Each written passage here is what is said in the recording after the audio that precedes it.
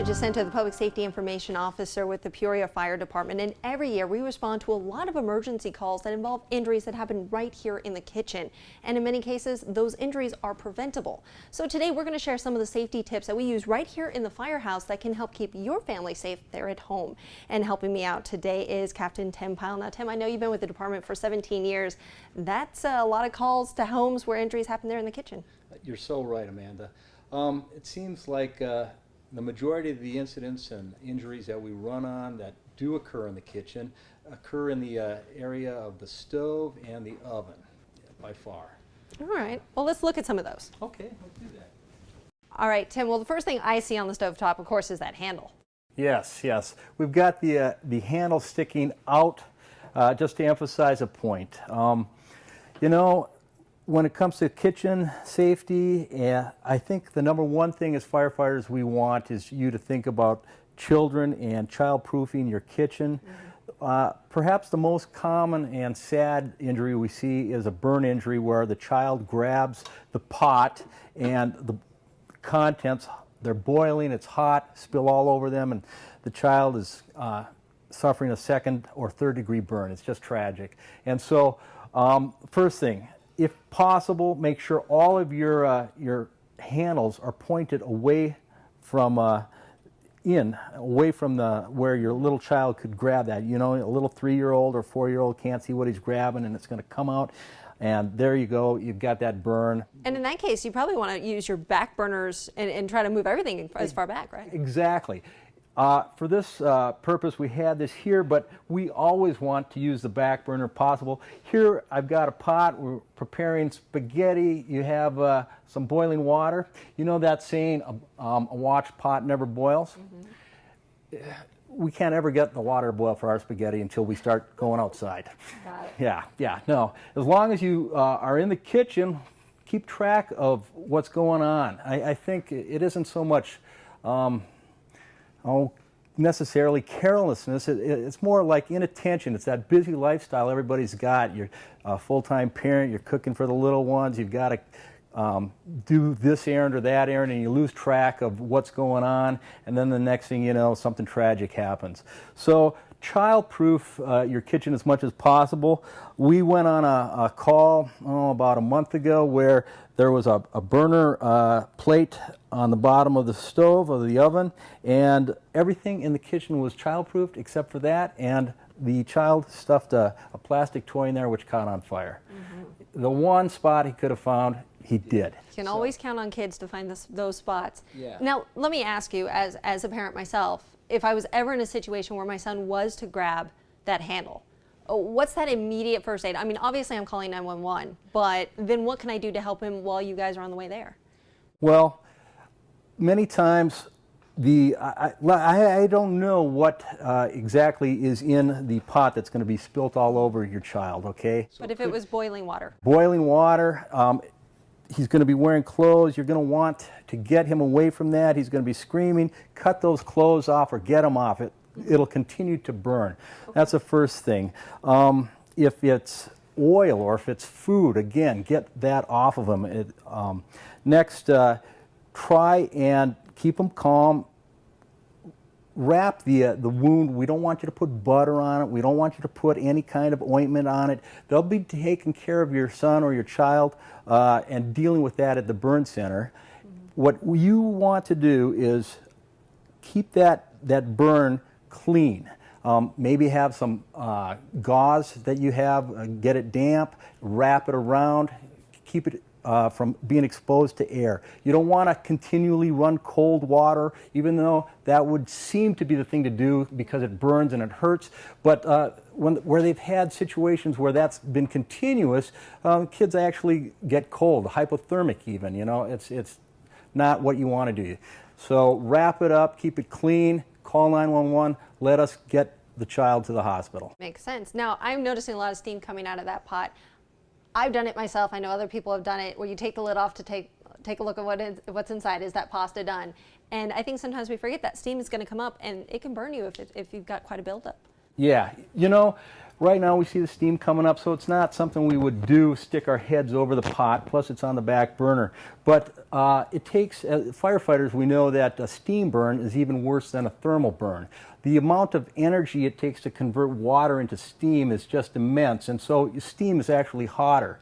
And so the last thing you want to do is lift the lid and suddenly have 245-degree steam burn in your face. It doesn't make for a good meal. All right, so what else? Taking a look at this stovetop, what other kind of dangers does it scream to you? Well, here we have all these burners that don't have anything on them. It's very easy to inadvertently turn the wrong one on, and so it's possible to put your hand down and, ooh, all of a sudden we've got a burn on our hands. All right, Tim, I know that you guys respond to kitchen fires all the time, and it usually happens right here on the stovetop, you know, whether it be a grease fire or somebody just burning that night's dinner. So let's say the pan's on fire. What do I need to know? What do I need to do? Okay, Amanda. Well, we're going to simulate that fire right now and light this on fire. And what would occur is the number one thing you're going to do right away, you're going to quick go in and turn the heat source off, especially if it's a gas stove. Number two, if you've got a lid nearby, you're going to hold it with your pot holders and just slide it over the top, Okay. extinguishing that fire. So you're just smothering it is really what you need Correct. to Do not throw water on it. Do not throw flour on it. Do not throw sugar on it. Anything like that. do. Now, why not? Because you see people talking about that. Why not use those items? Well, the reason for that is throwing flour or sugar on a grease fire, the explosiveness is equivalent almost of a stick of dynamite. I've heard anywhere from an M80 to a stick of dynamite depending on how much grease is on fire and how much you throw in. Water is the absolute worst thing to throw on a grease fire. Here's an example. Imagine this olive oil here is a pan and it's at 400 degrees and it's heated up. When you throw water into grease, it sinks immediately to the bottom. Mm-hmm. Immediately, that 450-degree heat rapidly expands, evaporates the water. It's a mad boil. You have immediate explosion. It almost looks like a little mushroom cloud of flame. So you're going from a bad scenario of your pot being on fire to now your kitchen possibly being on fire. Yes, the kitchen's on fire and we're coming to put the fire out. Oh my, It's okay. bad, and you're going to the hospital with second and third degree burns. So you want to smother it, but if you don't have a lid, water does come into play a little bit here. I mean, you should wet a towel? Yes, let's demonstrate this again. Okay. So here, our frying pan is on fire. What you would do is quick take your towel, rinse it off with some tap water, and you're just going to cover it like so. All right. Put So it out like that. you're doing something very similar than that you did with the lid. Yeah, and then don't touch this pan. Wait until it cools down. Okay. So that's the other thing. Immediately you kind of want to check to see if the flame's out, but you say no. No, just let it cool down, leave it alone, stay away.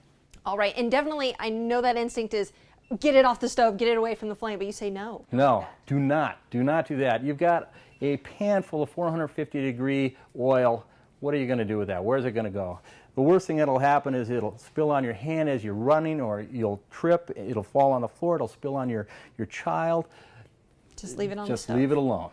Do not take it anywhere. All right. Well, that's kind of some of the things that we deal with the stove top, but second part of this is the oven. And there's plenty of people that like to bake out there, and I know you've seen fires happen there too. Yes, you know, I'm not a baker, Amanda. I'm more of a, you know, abstract kind of, wing it kind of guy. So I'm on the stovetop, but engineer James Flint's always baking.